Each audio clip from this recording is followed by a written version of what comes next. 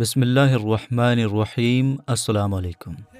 دوستو، حضرت امام حسین رضی اللہ تعالی عنہ کو دھوکے سے کوفہ بلا کر بے دردی کے ساتھ شہید کر دیا گیا اور ان کے آل و اولاد اور اصحاب کو بھی شہید کر دیا گیا۔ اس طرح حضرت امام حسین رضی اللہ تعالی عنہ کی شہادت کے بعد اولاد رسول کو قید کر لیا گیا اور نبی کی بیٹیوں کو بے پردہ کر کے کوفہ اور شام کی طرف لے جایا گیا۔ میرے دوستو، یزیدی فوج کے بدبختوں نے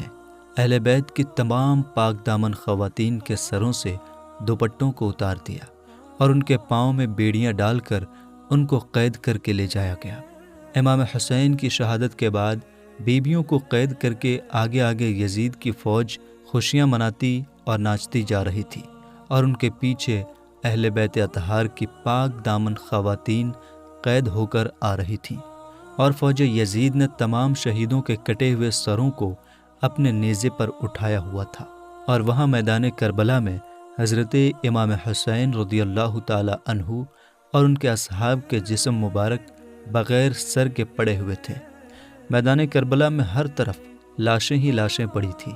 میرے دوستو، روایات میں آتا ہے کہ 3 دن تک میدان کربلا میں حضرت امام حسین رضی اللہ تعالی عنہ اور آپ کے آل اولاد کی لاشیں بغیر کفن و دفن کے پڑی رہیں۔ چنانچہ 13 محرم 61 ہجری کو جب آس پاس کے لوگوں کو یہ معلوم ہوا کہ یزیدی فوج کا پہرا کم ہو چکا ہے، تو آس پاس کے لوگ نہر فرات سے پانی بھرنے کے لیے آئے۔ بنی اسد کی کچھ عورتیں جب نہر فرات سے پانی بھرنے کے لیے آئیں تو انہوں نے یہ منظر دیکھا کہ میدان کربلا میں ہر طرف لاشیں ہی لاشیں بکھری پڑی ہیں۔ کسی کا بازو کہیں پڑا ہے تو کسی کا جسم کہیں پڑا ہے تو کسی کے پاؤں کہیں پڑے ہیں۔ ان عورتوں نے لرزا دینے والا جب یہ منظر دیکھا تو وہ بھاگتی ہوئی اپنے مردوں کے پاس گئیں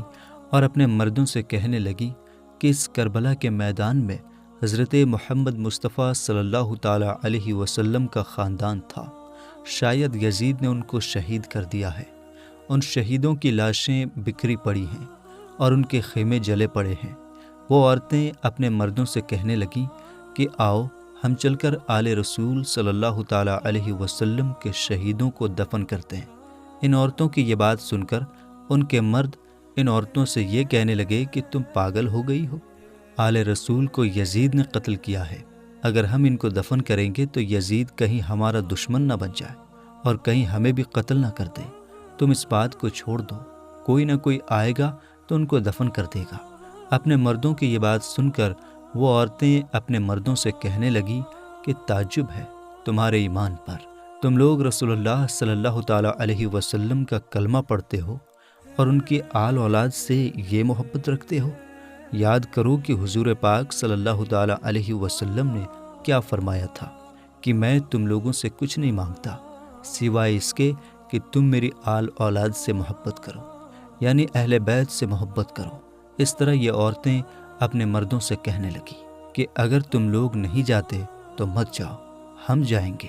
میرے دوستو، بات جب یہاں تک آ پہنچی تو ان مردوں میں سے کچھ مردوں کی غیرت جاگ اٹھی اور وہ اپنی عورتوں کے ساتھ میدان کربلا میں پہنچے۔ بس جب یہ لوگ میدان کربلا میں پہنچے تو اس منظر کو دیکھ کر خون کے آنسو رونے لگے اور سوچنے لگے کہ ان کو کیسے دفن کریں۔ انہوں نے دیکھا کہ میدان کربلا میں جتنے بھی شہید موجود ہیں، کسی کے بدن پر سر نہیں ہے تو کسی کا بازو نہیں ہے تو کسی کے جسم کے ٹکڑے ٹکڑے ہوئے پڑے ہیں۔ یہ منظر دیکھ کر وہ حیران و پریشان ہو گئے اور سوچنے لگے کہ ان کو کیسے دفن کیا جائے۔ پھر اس کے بعد انہوں نے یہ سوچا کہ ایک بہت بڑی قبر بنائی جائے اور ان کے اندر تمام شہیدوں کو ایک ساتھ دفن کیا جائے۔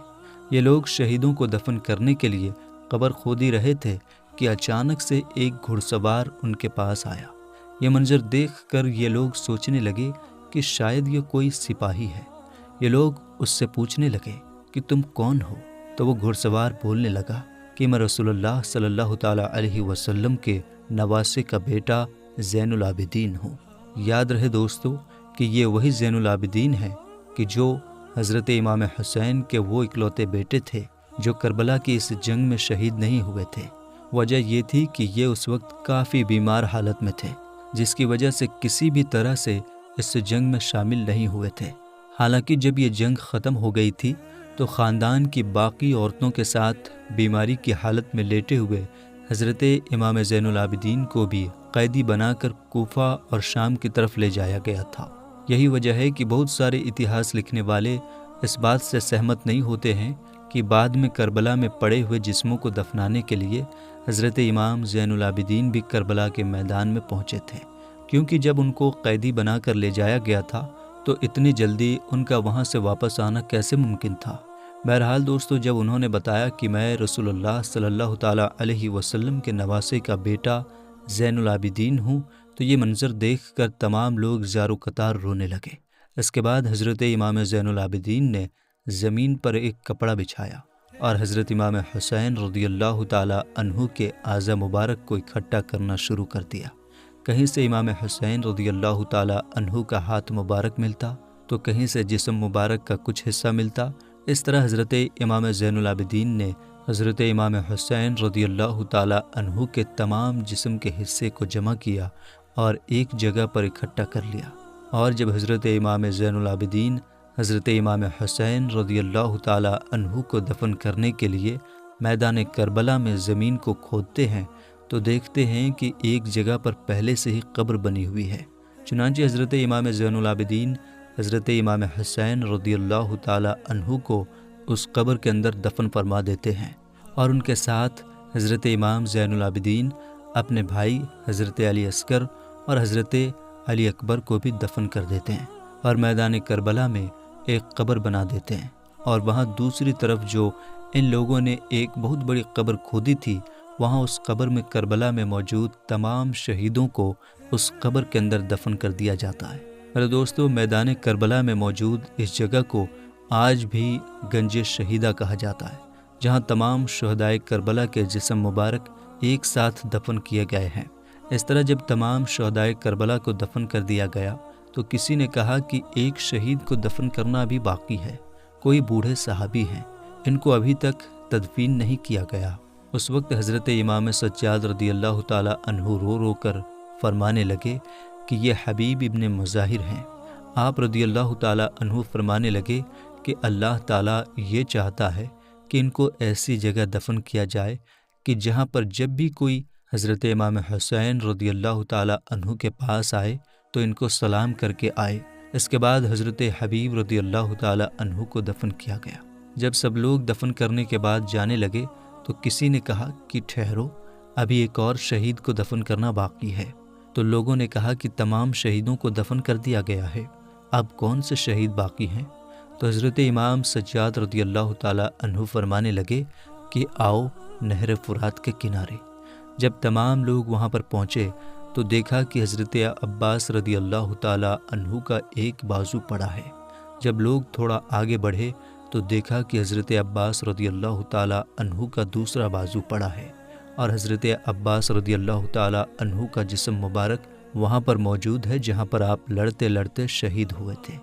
اس کے بعد حضرت عباس رضی اللہ تعالیٰ عنہ کے لیے قبر کھودی گئی اور آپ کے جسم مبارک کو بھی ایک جگہ پر دفن کر دیا گیا۔ آج بھی میدان کربلا میں حضرت عباس رضی اللہ تعالیٰ عنہ اور حضرت امام حسین رضی اللہ تعالیٰ عنہ کی قبر مبارک ایک دوسرے کے آمنے سامنے ہیں۔ میرے دوستو، یہ تو بات ہو گئی تمام شہیدوں کے جسموں کی۔ اب جہاں تک معاملہ ہے امام حسین کے سر مبارک کا کہ جس کو یزید کے پاس لے جایا گیا تھا تو اس کو کہاں دفن کیا گیا تھا، اس بارے میں اتہاس لکھنے والوں کے بیچ الگ الگ رائے پائی جاتی ہے، مگر جو سب سے زیادہ مشہور ہے وہ دراصل یہی ہے کہ بعد میں ان کے سر مبارک کو ان کی ماں یعنی کہ حضرت بی بی فاطمہ الزہرا رضی اللہ تعالی عنہا اور ان کے بڑے بھائی یعنی حضرت امام حسن کے پہلو میں دفنایا گیا تھا۔ حالانکہ دوستو، یہاں پر آپ لوگوں کو یہ بات بھی بتا دینا ضروری ہے کہ ویسے تو جیسا کہ میں نے آپ کو پہلے ہی بتا دیا کہ اتہاس لکھنے والوں کے بیچ اس بات کو لے کر الگ الگ رائے ہے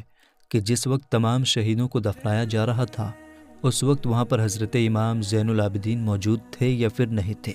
مگر ہاں اس بات پر سبھی لوگ سہمت ہیں کہ کربلا میں جتنے بھی لوگ شہید ہوئے تھے ان کو بعد میں پاسی کے گاؤں میں آباد ایک قبیلے کے لوگوں نے ہی دفنایا تھا، جس قبیلے کو بنی اسد کے نام سے جانا جاتا ہے۔ دوستو، جو لوگ حضرت امام حسین رضی اللہ تعالی عنہ کے مقابلے میں کربلا گئے تھے اور ان کے قتل میں شامل ہوئے، ان میں تو کئی ہزار کوفی تو مختار سقفی کے ہاتھوں مارے گئے اور دوسرے لوگ طرح طرح کے عذاب میں مبتلا ہوئے۔ علماء اکرام فرماتے ہیں کہ ان میں سے کوئی نہیں بچا کہ جو آخرت کے عذاب سے پہلے اس دنیا میں سزا نہ پائی ہو۔ ان میں سے کچھ تو بری طرح قتل کیے گئے، کچھ اندھے اور کوڑی ہوئے، اور کچھ لوگ سخت قسم کی آفتوں میں مبتلا ہو کر ہلاک ہوئے۔ حضرت ابو شیخ فرماتے ہیں کہ ایک مجلس میں کچھ بیٹھے ہوئے لوگ آپس میں یہ باتیں کر رہے تھے کہ حضرت امام حسین رضی اللہ تعالی عنہ کے قتل میں جس نے بھی کسی طرح کی کوئی مدد کی، وہ مرنے سے پہلے کسی نہ کسی عذاب میں ضرور مبتلا ہوا۔